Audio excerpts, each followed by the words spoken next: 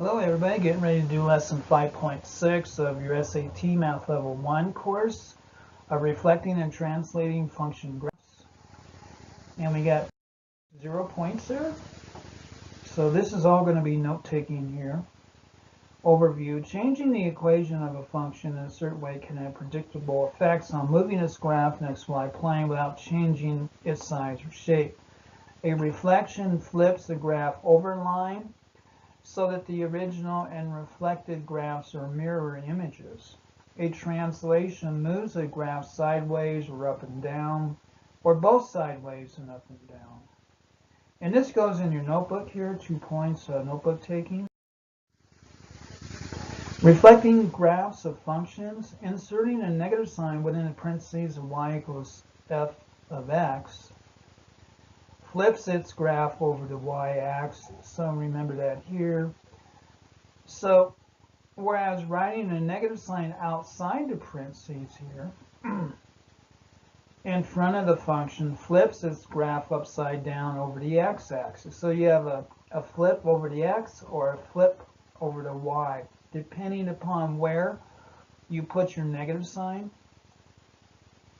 Reflecting a graph does not change its size or shape. So this is a very important piece of information here, 2 points. Reflecting a graph of y equals f of x in the coordinate axis, y equals f of x, here's y equals f of x. And then this is, it would be reflected here in your y-axis, reflecting a graph of y, f of x in the coordinate axis. This is y equals f of negative x. So if you change your x coordinates to negative, then it will flip across the y-axis. Y equals f of negative x flips the graph over the y-axis. And then y equals f of x, y equals negative f of x flips the graph over the x-axis. So if you change your domain here in this situation, well, actually you'd be changing your range here. The negative of f rather than f will be changing your range. Then you flip over the x-axis like that. And this goes in your notebook, 2 points here in your notebook. Now, translating graphs of functions. Translating a graph in the xy plane moves the graph sideways or up or down without rotating. So translating a graph y equals f of x where h is greater than 0 and k is greater than 0.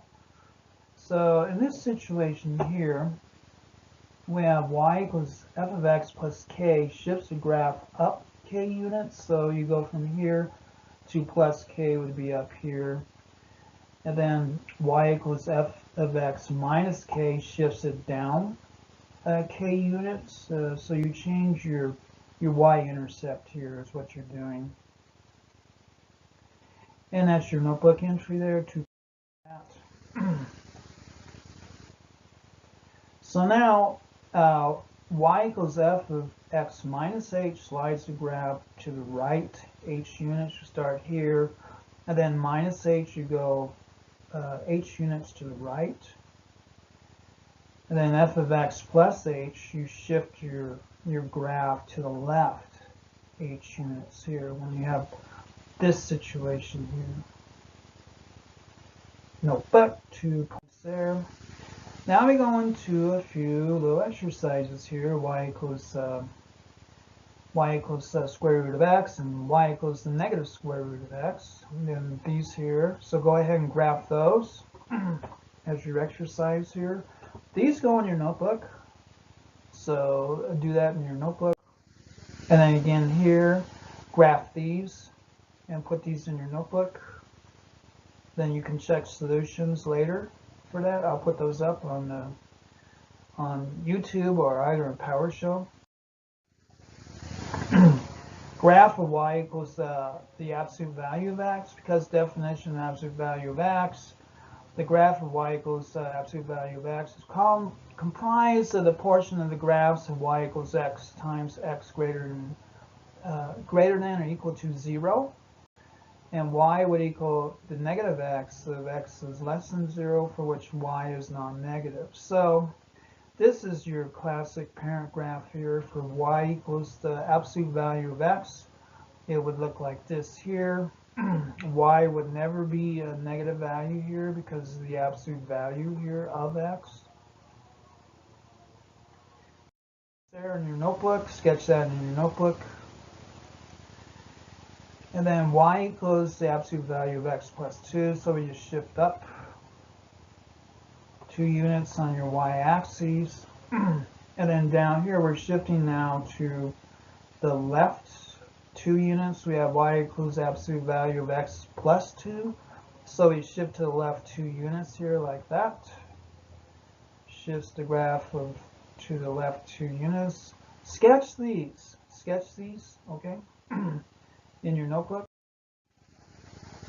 Combining horizontal and vertical shifts. A graph may be shifted both vertically and horizontally. The graph of y equals f of x minus 2 plus 3 is the graph of y equals f of x shifted sideways 2 units here, and then straight up 3 units. So it's a double shift there like this here. We start here and then we end up over here. The negative 2, we're going to shift to the right 2, and then up 3. So your vertex would be there. Y equals f of x plus f of x equals x squared, which is this one. And then this is the shift here. Y equals f of x minus 2 plus 3. Here's your shift. Notebook, 2 points for that. And just sketch these here. You know, sketch in axes and shift it over and label this vertex here. Here it is right here. This is vertex form. The negative of negative 2 and 3 would be 2, 3 will be your vertex here. And that is LV 5.6. And if you need worksheets or tests or you need notebook sheets, I do provide notebook sheets for these as well. Email me here and I can get those out to you. Thank you very much.